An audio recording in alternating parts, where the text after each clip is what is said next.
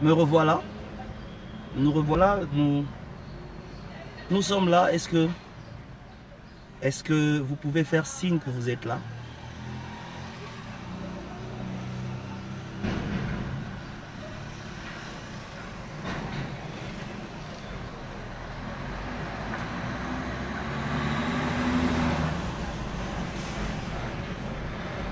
Est-ce que vous pouvez faire signe que vous êtes là? J'aimerais dire merci d'abord à ces deux frères qui n'ont pas été d'accord avec moi. Cela m'a quand même permis d'être en contact avec tous ceux qui nous suivent en ce moment et nous permettant encore plus d'éclairer la lanterne sur ce que nous avons dit. C'est comme ça que j'ai dit à une personne que vous avez seulement lu, mais vous n'avez pas eu le temps d'analyser ce que j'ai écrit. Mon poste n'a pas été contradictoire. Non, pas du tout. Nous avons besoin de faire comprendre aux enfants de Dieu que la prière n'est pas seulement le fait de fermer les yeux. Ce n'est pas seulement le fait de fermer les yeux et de dire des choses à quelqu'un. Mais la prière, c'est d'abord chercher à entrer en présence de Dieu. La prière n'est pas seulement le fait de fermer les yeux et d'adresser des mots à quelqu'un, mais c'est d'entrer dans la présence de Dieu d'abord. Parce qu'il est possible que je puisse dire des choses, mais qui ne parviennent pas à la personne parce que la personne n'est pas présente. Donc c'est dans ce contexte-là que je voudrais déjà aborder ma pensée. Alors, j'étais en train de dire ceci, le livre de Hébreux chapitre 4, je lis le dernier verset, le 16e. La Bible dit ceci: approchons-nous donc avec assurance du trône de grâce. Approchons-nous donc avec assurance du trône de grâce, afin d'obtenir miséricorde et trouver grâce, virgule, pour être secourus dans nos besoins. Mais approchons-nous d'abord de sa présence. Être secouru dans nos besoins vient en dernier. Avoir les réponses de nos requêtes viennent en dernier. Dans le livre des psaumes, au chapitre 110, la Bible dit: assieds-toi à ma droite jusqu'à ce que je fasse de tes ennemis ton marchepied. C'est-à-dire, viens, occupe-toi de moi, viens dans ma présence et moi je me chargerai de tes problèmes. Je me chargerai de tes requêtes. Peut-être que tu ne vas pas demander, mais je m'occuperai de ceux qui te combattent. Je m'occuperai de ceux qui te tracassent. Je m'occuperai de ceux qui te menacent. Mais notre besoin d'abord, c'est d'accéder à la présence de Dieu. Premièrement, la prière, c'est d'abord accéder à la présence de Dieu. Premièrement, avoir accès à la présence de Dieu. La prière commence par là. La prière, c'est pas seulement... Même quand la Bible vous dit, ne vous inquiétez de rien, mais faites connaître. Il vous dit, il s'adresse à ceux qui sont déjà là. Ne vous inquiétez donc de rien, mais faites connaître vos besoins. Mais c'est parce que vous êtes déjà là que vous ne pouvez plus vous inquiéter. Comment est-ce que tu peux t'inquiéter pendant que tu es déjà dans la présence de Dieu? Comment est-ce que tu peux avoir des inquiétudes alors que tu sais que Dieu est déjà là? Alors que tu sais que tu es là où Dieu se trouve. C'est-à-dire que c'est lorsque tu es dans la présence de Dieu que les inquiétudes peuvent disparaître. C'est dans la présence de Dieu que les inquiétudes ne sont plus. Et c'est en ce moment-là que vous pouvez adresser vos requêtes, vos prières. Mais assurez-vous d'abord d'être dans la présence de Dieu. Et quand j'ai dit, ce n'est pas une occasion de parler à Dieu, c'est-à-dire la prière, quand la Bible dit prier sans cesse, il est en train de vous faire savoir que la prière doit être votre vie.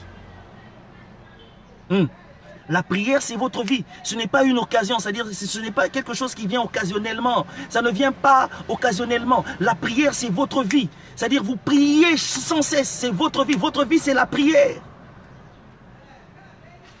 Et la prière, premièrement, c'est un accès à la présence de Dieu. C'est-à-dire, la présence de Dieu, c'est ça votre condition de vie. C'est ça votre mode de vie.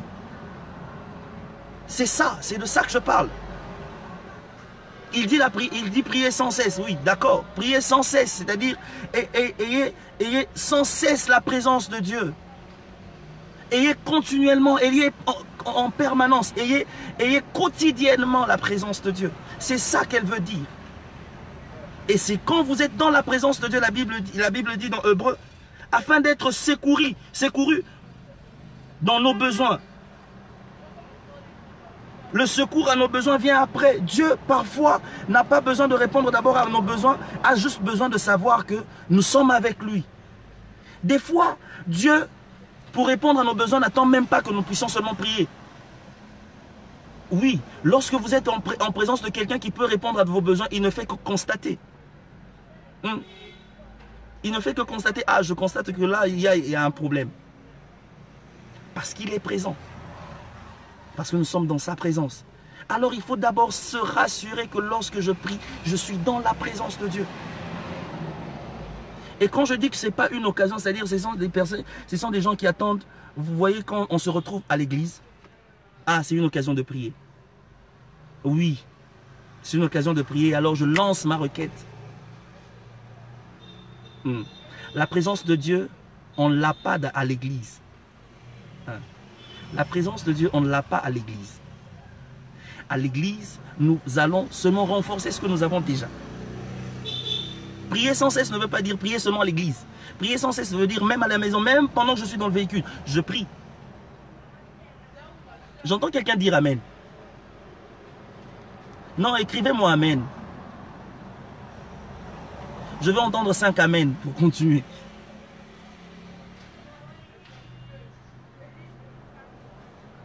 Gloire à Dieu. Alléluia. Alors, si il y a encore des questions à poser, ici il y a encore des questions à poser, quelqu'un m'a dit, quelqu'un m'a même écrit sur WhatsApp me disant que j'étais faux. Et il y a même quelqu'un qui a dit, vous avez tapé à côté. Vous avez le droit. Les disciples de Bérée n'acceptaient pas n'importe quoi. Il devait d'abord vérifier à la lumière des Écritures. Et ce que je suis en train de vous dire, c'est vérifiable à l'Écriture, dans les Écritures. C'est-à-dire, la personne qui nous a enseigné à prier, nous a d'abord enseigné à établir une relation. Il commence par dire, notre Père, une relation. Notre Père, établir une relation. Et je disais, lorsque vous priez et que Dieu ne vous répond pas, posez-vous la question, est-ce que vous êtes en présence de Dieu? Lorsque vous êtes en train de prier et que Dieu ne vous répond pas, posez-vous la question, est-ce que vous êtes en présence de Dieu? Vous pouvez être présent à l'église, mais ne pas être présent dans la présence de Dieu. Vous pouvez être présent à l'église, présent au culte, mais ne pas être présent dans la présence de Dieu. Et la communication, comme je disais, la communication, c'est le fait d'échanger. La communication, d'abord par définition, c'est établir une relation. Vous savez, lorsque quelqu'un m'appelle par téléphone, et que cette personne, moi, je ne la connais pas. Pour mieux communiquer avec cette personne, il faudra d'abord que j'établisse une relation. C'est comme ça qu'en nous posant la question, à qui ai-je l'honneur, s'il vous plaît? À qui est-ce que je parle, s'il vous plaît? C'est qui au téléphone? Pourquoi je dis ça? C'est parce que je devrais établir une relation. Je dois savoir avec qui je parle pour savoir qu'est-ce que je devrais lui dire. Si c'est un inconnu, je ne vais pas tout lui dire. Si c'est quelqu'un de très connu, de très proche, directement, je peux lui dire tout ce que j'ai dans le cœur. Et si cette personne s'est trompée, je lui dirai, écoutez, vous vous êtes trompé. J'entends quelqu'un dire amen. Et la communication avec Dieu veut dire établir une relation. Que Dieu sache que je suis en train de m'adresser à mon fils, et mon fils, ou encore ma fille, est en train de s'adresser à son père. C'est d'abord ça. Ce sont les enseignements que nous sommes en train de donner. Jusqu'ici, nous sommes en train de faire asseoir les bases pour savoir à quelle dimension les prières peuvent arriver. Alléluia. Je me sens directement dans cette atmosphère de l'église. Vous comprenez? Alors, la chose que nous devons comprendre, c'est que la prière, premièrement, nous donne accès à la présence de Dieu et non une occasion, c'est-à-dire une circonstance, un moment donné pour parler à Dieu. Non, c'est un moyen par lequel nous accédons, c'est un moyen d'accès à la présence de Dieu. Donc lorsque nous prions, nous devons nous assurer que nous sommes entrés d'abord dans la présence de Dieu. Nous sommes d'abord dans le lieu où Dieu se trouve. C'est-à-dire que je m'adresse à quelqu'un qui est présent. Vous comprenez? Donc, c'est dans ce sens-là. Dans ce sens-là que je voulais aborder d'abord ma réflexion. Je tiens juste à éclairer la lanterne à ces bien-aimés qui n'ont pas saisi ce que je voulais dire, qui n'ont pas saisi ce que je voulais faire comprendre. Mon souci est que nous sachions que Dieu désire d'abord que nous nous rapprochions de lui. C'est d'ailleurs la raison pour laquelle il dit approchons-nous, approchons-nous.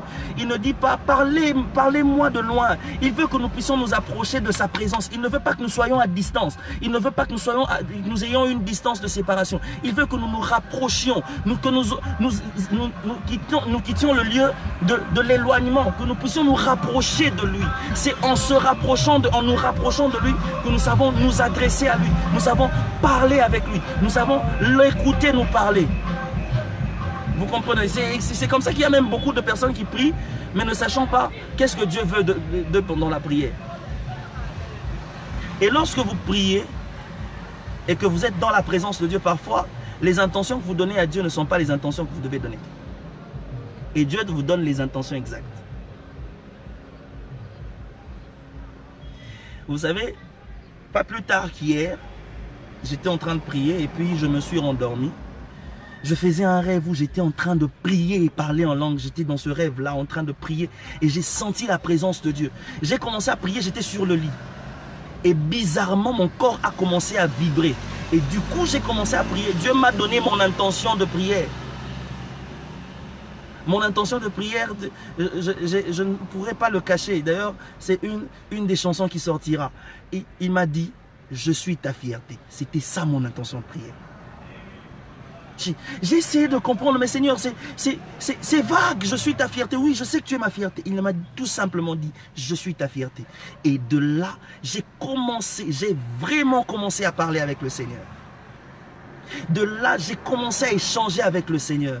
Et j'ai senti en quoi est-ce qu'il voulait. Parfois, nous prions sans savoir. Nous prions. C'est comme vous êtes en guerre. Vous avez des munitions, mais vous tirez en l'air. Pourquoi? Parce que vous ne savez pas quelle est la cible. C'est comme ça que vous priez, mais vous priez mal. Vous ne dites pas ce qu'il faut. Parfois, nous demandons à Dieu ce que nous désirons, mais Dieu veut que nous puissions lui demander ce qu'il nous faut. Ce qu'il attend de nous en réalité. Bonjour pasteur. Ah, bonjour pasteur. Ah, bonjour pasteur. Je suis content de vous voir en ligne. Waouh. Je suis content de vous voir en ligne. Que Dieu vous bénisse. Donc je voulais éclairer la lanterne à toutes ces personnes qui ne nous ont pas bien compris, qui ne nous ont pas bien saisi, qui ont seulement lu le post, mais qui n'ont pas eu le temps de comprendre le sens du post, qui n'ont pas eu le temps de comprendre le contexte du post.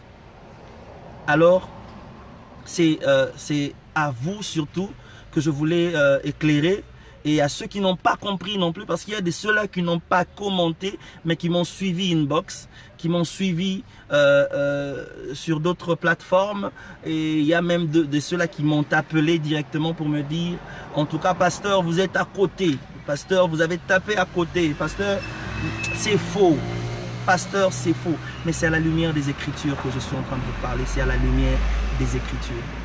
Je ne suis pas en train de vous parler des choses que j'ai. Il y a quelqu'un qui m'a dit que ça, c'est votre pensée à vous. Non. Aujourd'hui, nous allons aborder à l'église au sujet des prières du tabernacle. Et vous savez, le tabernacle a 3 composants. Ici sur terre, le tabernacle avait 3 composants, mais le tabernacle des cieux n'avait que 2 composants, c'est-à-dire le lieu saint et le saint des saints. Et ici sur terre, nous avions le parvis aussi. Le parvis qui avait pour ustensile l'autel de l'Holocauste, qui avait pour objectif d'offrir des sacrifices pour les pardons de nos péchés. Et dans les cieux, on n'a pas besoin des pécheurs. C'est comme ça que le parvis n'existe pas. Et d'ailleurs, la Bible dit, entrez dans ces portes avec des louanges. Entrer dans ses parvis avec des louanges. C'est-à-dire, dans les parvis, on entre avec des louanges. Ne peut entrer dans les parvis, c'est celui qui loue. Et la Bible dit, pour ceux qui louent, la Bible dit que tout ce qui respire, c'est-à-dire même le païen peut entrer dans le parvis. C'est-à-dire qu'il y a des gens qui prient mais qui sont encore dans le parvis. Oui, priez, oui. Vous priez mais vous êtes encore dans le parvis. Vous priez mais vous êtes encore dans le parvis. Alléluia. Vous priez mais vous êtes encore loin de la présence de Dieu. C'est comme ça que vous avez fait. Vous vous rendez compte que vous avez longtemps prié. J'aimerais dire quelque chose. Passer beaucoup de temps dans la prière ne veut pas dire passer beaucoup de temps dans la présence de Dieu. Passer beaucoup de temps à parler à Dieu ne veut pas dire passer beaucoup de temps à écouter Dieu aussi. À parler avec Dieu. Il y a des gens, moi j'ai connu quelqu'un qui te priait. Cette personne te prie 24 heures sur 24. J'ai aussi ouvert une parenthèse en disant que la prière nous donne la nature de la personne que l'on prie. Comment est-ce que je peux prier et je continue à demeurer pécheur? Comment est-ce que je peux prier, je peux continuer à prier avec ce comportement, ce caractère, ces habitudes des pécheurs en moi? La Bible dit, lorsque Moïse descendait de la montagne, il reflétait le Dieu qu'il avait prié parce que c'était un Dieu qui brillait. C'est comme ça que Moïse brillait aussi. C'est-à-dire que la nature de Dieu, nous la copions dans la prière et nous venons. Il y a un frère qui m'a dit hier, et les prières d'autorité. Je lui ai dit, Jésus ne priait pas pour chasser les démons. Jésus ne priait pas pour chasser les démons. Non.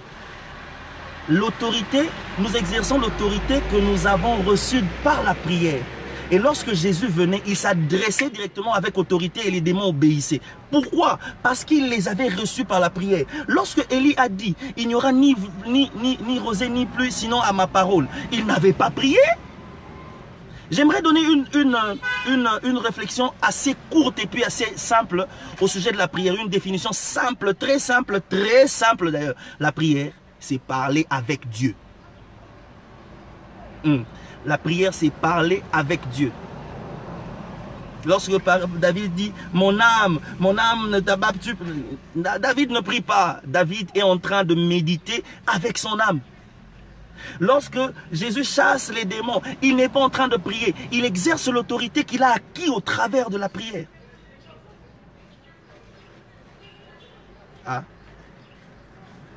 Alléluia. J'aimerais entendre des amens. Permettez-moi d'évoluer.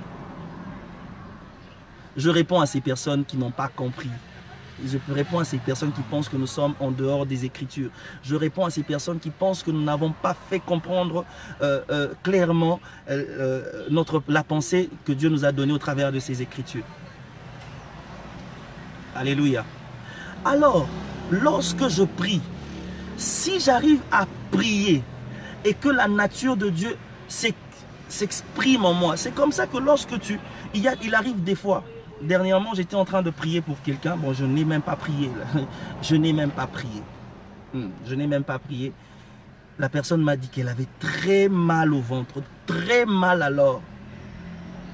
Il se faisait tellement tard que j'ai seulement mis ma main sur son ventre. J'ai seulement mis ma main sur son ventre. Et puis j'ai enlevé ma main. Elle m'a dit, Ozandoki, je vous dis devant tout le monde que la douleur est partie. Et qu'est-ce qui se passe? C'est que je n'ai pas prié pour la maladie. J'ai seulement, la Bible dit, vous imposerez les mains. La Bible ne dit pas, vous prierez. La Bible dit, en mon nom, vous imposerez les mains. J'ai le nom de Dieu. J'impose les mains. Et la maladie part. Le démon n'a juste besoin que de savoir qui vous... Vous savez, quelqu'un m'a dit... qu'on ne peut, il y a les prières d'autorité, il faut faire des prières d'autorité et tout.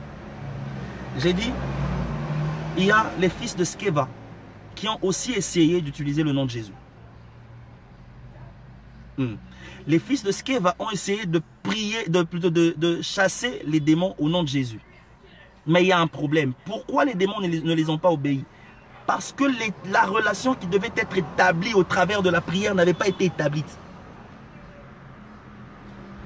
Oui, ils n'avaient aucune relation avec Dieu.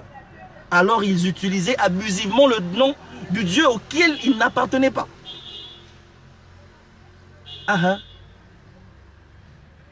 Alors, il faut d'abord établir une relation.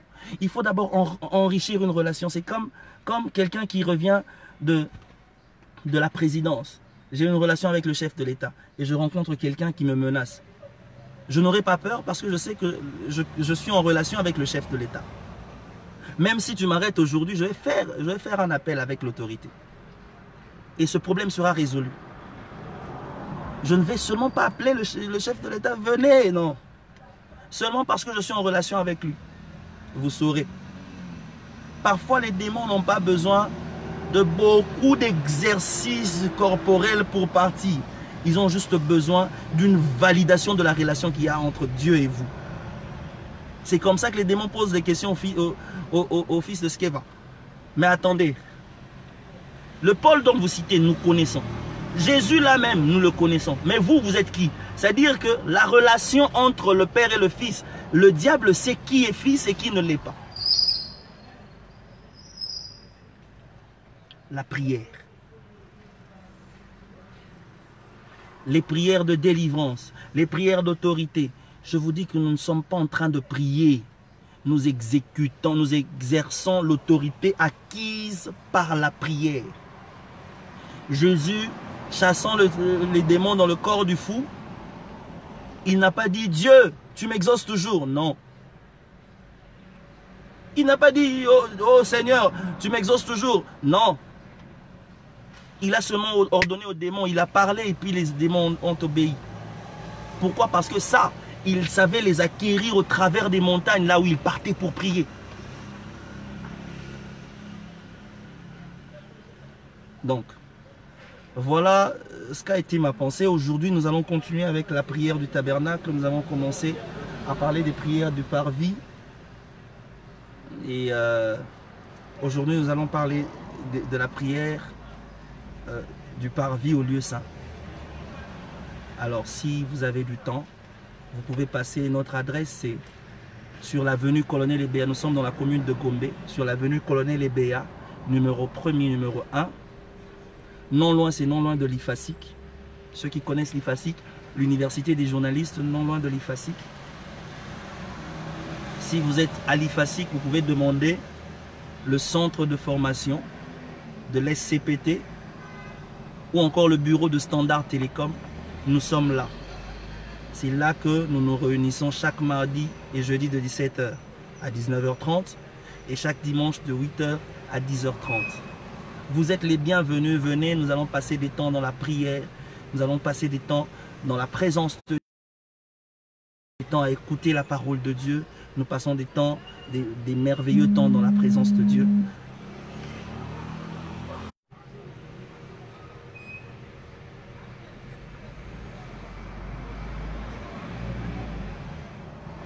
Alors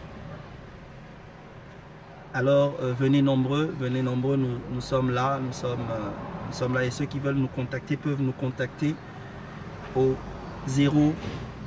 plus 243 49, c'est-à-dire 9999 8 7 7 7 7 ou carrément vous appelez le numéro de l'église, c'est le plus 243 81 090 ou encore 090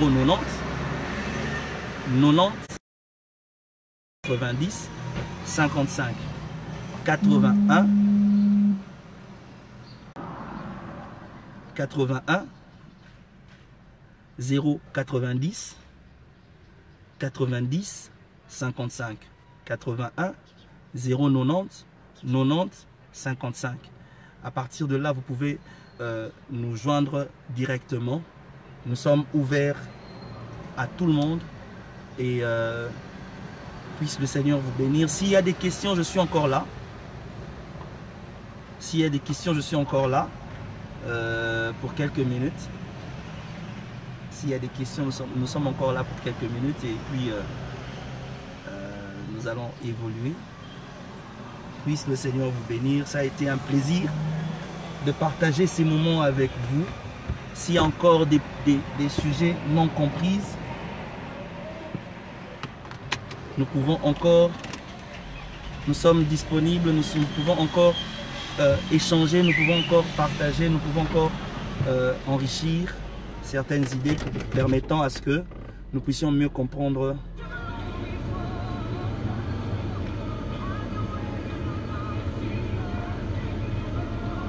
Oui, vous pouvez nous contacter sur ces numéros que je vous ai donné là, plus 243